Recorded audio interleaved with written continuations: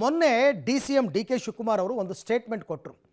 ಬೆಂಗಳೂರನ್ನು ಇನ್ನು ಮುಂದಿನ 3 ವರ್ಷದಲ್ಲಿ ಭಗವಂತರ ಬಂದರೂ ಸರಿಪಡಿಸೋಕ್ಕಾಗಲ್ಲ ಅಂತ. ಅಲ್ಲಿಂದ ಶುರುವಾಯಿತು ನೋಡಿ ಒಂದೊಂದೇ ಸಮಸ್ಯೆಗಳು. ಬ್ರ್ಯಾಂಡ್ ಬೆಂಗಳೂರು ಮಾಡ್ತೀನಿ ಅಂತ ಹೊರಟವರು ಈಗ ಇದು ಬ್ಯಾಡ್ ಬೆಂಗಳೂರು ಆಗ್ತಾ ಇದೆ. ಎರಡ ಸಮಸ್ಯೆಗಳು. ಉದಾಹರಣೆಗೆ ಟ್ರಾಫಿಕ್ ತಗೊಳ್ಳೋಣ. ಈ ಕೆಟ್ಟ ಟ್ರಾಫಿಕ್ಗೆ ಬಹಳ ಹೆಸರುವಾಸಿ ನಮ್ಮ ಬೆಂಗಳೂರು. ಮೋಹನ್ ದಾಸ್ ಪೈ ಅವರು ಮಾತನಾಡಿದ್ದಾರೆ, ಆನಂದ್ ಮಹೀಂದ್ರ ಅವರು ಮಾತನಾಡಿದ್ದಾರೆ. ಹೆಜ್ಜೆ ಹೆಜ್ಜೆಗೂ ಕೂಡ ಈ ಟ್ರಾಫಿಕ್ ಸಮಸ್ಯೆಗೆ ವಾಹನ ಸವಾರರು ಹೈರಾಣಾಗೋಗಿದ್ದಾರೆ. ಬೆಂಗಳೂರಿನಲ್ಲಿ ಎಷ್ಟು ಕಡೆ ಬೇಕು ಟ್ರಾಫಿಕ್ ಕಂಜಂಕ್ಷನ್. ನಮ್ಮ ಬೆಂಗಳೂರಿನಲ್ಲಿ ಟ್ರಾಫಿಕ್ ಸಮಸ್ಯೆಗೆ ಪರಿಹಾರನೇ ಇಲ್ಲ, ಬಗೆಹರಿಯೋದೇ ಇಲ್ವಾ ಅಂತಕ್ಕಂಥ ಪ್ರಶ್ನೆ ಮೂಡುತ್ತೆ. ಇಲ್ವಾ ಇದಕ್ಕೆ ಪರಿಹಾರ? ಸದ್ಯಕ್ಕಂತೂ ಪರಿಹಾರನೇ ಇಲ್ಲ. ಎಷ್ಟು ಮೆಟ್ರೋ ಬಂದರೂ, ಎಷ್ಟು ಫ್ಲೈಓವರ್ ಕಟ್ಟಿದ್ರೂ ಇಲ್ಲ. ಸರ್ಕಾರದ ವಿರುದ್ಧ ಕೆಂಡ ಕಾರ್ತಾ ಇದ್ದಾರೆ ಜನ. ಏನೋ ಉದ್ಧಾರ ಮಾಡ್ತೀನಿ ಅಂತ ಬಂದವರು ಹೀಗೆ ಮಾಡಿದಿರಲ್ಲ ಅಂತ ಪಬ್ಲಿಕ್ ಟಿವಿ ಒಂದೊಂದೇ ಸಮಸ್ಯೆಗಳ ಬಗ್ಗೆ ಬಿಗ್ ರಿಯಾಲಿಟಿ ಚೆಕ್ ಮಾಡಿದೆ. ಮೊದಲಿಗೆ ಟ್ರಾಫಿಕ್ ಸಮಸ್ಯೆ ಬನ್ನಿ ನೋಡೋಣ.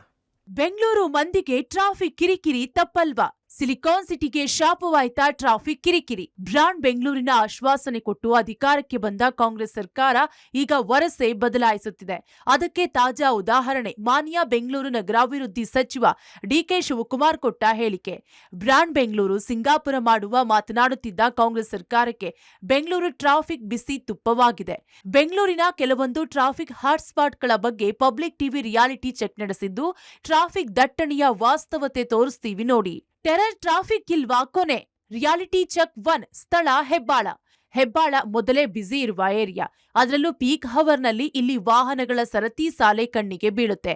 ಬೆಂಗಳೂರಿನ ಈಗಿನ ಪರಿಸ್ಥಿತಿಯನ್ನ ಭಗವಂತ ಬಂದರೂ ಕೂಡ ಇನ್ನು 2-3 ವರ್ಷ ಸರಿ ಮಾಡೋದಕ್ಕೆ ಸಾಧ್ಯವೇ ಇಲ್ಲ ಅನ್ನೋ ಮಟ್ಟಿಗೆ DCM DK ಶಿವಕುಮಾರ್ ಬೆಂಗಳೂರು ಉಸ್ತುವಾರಿ ಸಚಿವರು ಹೇಳಿದಂತಹ ಮಾತೇನಿದೆ ಇದು ಒಂದಷ್ಟು ಆಕ್ರೋಶಕ್ಕೆ ಕಾರಣವಾಗಿದೆ. ನಾವೀಗ ಬೆಂಗಳೂರಿನ ಹೆಬ್ಬಾಳದಲ್ಲಿದ್ದೀವಿ. ಬಹುತೇಕ ಹೆಬ್ಬಾಳ ಸಿಗ್ನಲ್ನಿಂದ ನಾವೇ ಅರ್ಧ ಕಿಲೋಮೀಟ್ರು ಹಿಂದೆ ನಿಂತಿದ್ದೀವಿ. ಈಗಾಗಲೇ ಹೆಬ್ಬಾಳದಿಂದ ಸುಮಾರು ಹತ್ತಿರ ಕೊಡಿಗೆಹಳ್ಳಿಯವರೆಗೂ ಕೂಡ ಟ್ರಾಫಿಕ್ ಜಾಮ್ ಉಂಟಾಗಿದೆ. ರಸ್ತೆಯ ಎರಡೂ ಬದಿ, ಅದು ಸರ್ವಿಸ್ ರಸ್ತೆ ಇರ್ಬೋದು ಮತ್ತು ಎಲಿವೇಟೆಡ್ ಫ್ಲೈಓವರ್ ಸಂಪರ್ಕವನ್ನು ಮಾಡುವ ರಸ್ತೆ ಇರ್ಬೋದು, ಈ ಎರಡೂ ರಸ್ತೆಗಳಲ್ಲಿ ಈಗಾಗಲೇ ಸಾಕಷ್ಟು ಟ್ರಾಫಿಕ್ ಜಾಮ್ ಉಂಟಾಗಿದೆ. ಬೆಂಗಳೂರು ಬೇಡಿ ನಮಗೆ ಇರೋ ರೋಡ್ ನೀರ್ಪಾಗ್ಬಿಟ್ರೆ ಸಾಕು, ಹಳ್ಳಗುಂಡಿರೋದು. ಈ ಟ್ರಾಫಿಕ್ ಯಾವಾಗ ಕ್ಲಿಯರ್ ಆಯ್ತದೆ, ಕ್ಲಿಯರ್ ಮಾಡ್ತಾರಾ ಅಂತ? ಯಾವುದೇ ಕಾರಣಕ್ಕೂ ಆಗಲ್ಲ ಸರ್. ಉಪಮುಖ್ಯಮಂತ್ರಿಗಳು ಹೇಳ್ತಾರೆ ಭಗವಂತ ಬಂದರೂ ಕೂಡ ಇನ್ನೊಂದು 2-3 ವರ್ಷ ಈ ಪರಿಸ್ಥಿತಿನ ನಾವು ಸರಿ ಮಾಡೋದಕ್ಕಾಗಲ್ಲ. 2-3 ವರ್ಷನೂ ಕಮ್ಮಿನೇ ಸರ್, ಇನ್ನು ಜಾಸ್ತಿನೇ ಆಗೋದು. ವ್ಯವಸ್ಥೆನೇ ಸರಿ ಇಲ್ವಲ್ಲ, ರೋಡಲ್ಲಿ ಬರುತ್ತೆ ಟ್ರಾಫಿಕ್. ಕಾಯ್ಬೇಕಾಗುತ್ತೆ ಸರ್ ಇಲ್ಲಿ ಟ್ರಾಫಿಕ್ ಸರ್ 3/4 ಗಂಟೆ, 1 ಅವರ್, ಬೆಳಗ್ಗೆ ಟೈಮ್ 1.5 ಗಂಟೆ, 2 ಗಂಟೆ. ಟೆರರ್ ಟ್ರಾಫಿಕ್ ಇಲ್ವಾ ಕೊನೆ? ರಿಯಾಲಿಟಿ ಚೆಕ್ 2 ಸ್ಥಳ ಗೊರಗುಂಟೆಪಾಳ್ಯ.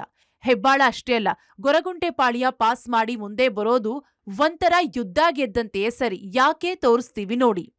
ವಾರದ 7 ದಿನಗಳಲ್ಲೂ ಕೂಡ ಫುಲ್ ಟ್ರಾಫಿಕ್ ಜಾಮ್ ಆಗುವ ಉಂಟಾದಂಥ ಸ್ಥಿತಿ ಕಾಣ್ತಾ ಇರುವಂಥದ್ದು. ನಾನೀಗ ಗೊರಗುಂಟೆಪಾಳ್ಯ ಸಿಗ್ನಲಲ್ಲಿರುವಂಥದ್ದು. ಗೊರಗುಂಟೆಪಾಳ್ಯ ಸಿಗ್ನಲ್ ಏನಿದೆ ಇದು ಬೆಂಗಳೂರಿನಿಂದ ಹೊರಗಡೆ ಹೋಗುವಂಥ ರಸ್ತೆಯ ಪ್ರಮುಖ ರಸ್ತೆ ಅಂತ ಹೇಳ್ಬೋದು. ಸುಮಾರು 15ಕ್ಕೂ ಹೆಚ್ಚು ಡಿಸ್ಟಿಕ್ಗಳಿಗೆ ಕನೆಕ್ಟಿವಿಟಿ ಕೊಡುವಂಥ ಈ ಸಿಗ್ನಲ್ ಏನಿದೆ 15ರಿಂದ 20 ನಿಮಿಷಕ್ಕೂ ಹೆಚ್ಚು ಸಮಯ ಹಿಡಿಯುತ್ತೆ. ಪೀಕ್ ಅವರ್ಗಳಲ್ಲಿ ಅದು ಅರ್ಧ ಗಂಟೆಗೂ ಹೆಚ್ಚು ಕಾಲ ಹಿಡಿಯುವಂಥದ್ದು. ಗೊರಗುಂಟೆಪಾಳ್ಯದ ಆ ಕಡೆ ರಿಂಗ್ ರಸ್ತೆಯಿಂದ ಬರುವಂಥ ವಾಹನಗಳಾಗ್ಬೋದು, ಮತ್ತು ಈ ಕಡೆ ಸಿಟಿಯಿಂದ ಈಚೆ ಬರುವಂಥ ವಾಹನಗಳಾಗ್ಬೋದು, ಎಲ್ಲ ಕಡೆಗಳಲ್ಲೂ ಕೂಡ ಗಂಟೆಗಟ್ಟಲೆ ಜಾಮ್ ಆಗ್ತವೆ. ಈ ರಸ್ತೆಯನ್ನು ಅಂದರೆ ಈ ಸಿಗ್ನಲನ್ನು ಕ್ಲಿಯರ್ ಮಾಡೋದಕ್ಕೆ ಏನು ಪೊಲೀಸರು ಕೂಡ ಸಾಕಷ್ಟು ಪ್ರಯತ್ನಗಳು ಮಾಡಿದರು. ಬೇರೆ ತಜ್ಞರನ್ನು ಕರೆಸಿ ಇವನ್ನೆಲ್ಲ ಕ್ಲಿಯರ್ ಮಾಡೋದು ಹೇಗೆ ಅಂತ ಕೂಡ ಎಲ್ಲ ಕಡೆ ಚೆಕ್ ಮಾಡಿದ್ರು ಕೂಡ ಇಲ್ಲಿವರೆಗೂ ಕೂಡ ಅದನ್ನು ಕ್ಲಿಯರ್ ಮಾಡೋದಕ್ಕೆ ಆಗ್ತಾ ಇಲ್ಲ. ಟ್ರಾಫಿಕ್ ಜಾಮು ಆಗ್ತಾ ಇದೆ. ಈ ಕಡೆ ಮೆಟ್ರೋ ಚಾರ್ಜಸ್ ಜಾಸ್ತಿ ಮಾಡ್ತಿದ್ದಾರೆ. ಈ ಟ್ರಾಫಿಕ್ ಜಾಮು ಇನ್ನೆಲ್ಲಿಂದ ಕ್ಲಿಯರ್ ಆಗುತ್ತೆ? ಈಗ ಇವತ್ತು DK ಶಿವಕುಮಾರ್ ಸ್ಟೇಟ್ಮೆಂಟ್ ಕೊಟ್ಟವ್ರು ಎಲ್ಲ ಕಡೆ ಬೆಂಗಳೂರು ಹಳ್ಳಪಳ್ಳ ಇದೆ, ಅದನ್ನು ರೆಡಿ ಮಾಡೋಕ್ಕೆ ಕನಿಷ್ಠ 3 ವರ್ಷ ಟೈಮ್ ಬೇಕು ಅಂತ ಹೇಳ್ತಾರೆ. ಅದು ಅವ್ರವ್ರ ಪರ್ಸ್ಪೆಕ್ಟಿವ್, ಯಾರ್ಯಾರಿಗೆ ಕಾಂಟ್ರಾಕ್ಟ್ ಕೊಡ್ತಾರೆ ಅನ್ನೋದ್ರ ಮೇಲೆ ಡಿಪೆಂಡ್ ಆಗುತ್ತೆ. 3 ವರ್ಷನೂ ಆಗುತ್ತೆ, 6 ವರ್ಷನೂ ಆಗುತ್ತೆ. ಕಾಂಟ್ರಾಕ್ಟ್ ತೊಗೊಂಡಿರೋರು ಯಾವ ಥರ ರಿಯಾಕ್ಟ್ ಮಾಡ್ತಾರೆ ಅನ್ನೋದ್ರ ಮೇಲೆ. ನೋಡಿದ್ರಲ್ಲ, ಹೀಗಿರುವ ಬೆಂಗಳೂರು ಟ್ರಾಫಿಕ್ಗೆ ಮುಕ್ತಿ ಸಿಗುತ್ತಾ ಅನ್ನೋದೇ ಸಿಲಿಕಾನ್ ಸಿಟಿ ಮಂದಿಯ ಪ್ರಶ್ನೆ. News desk, public TV.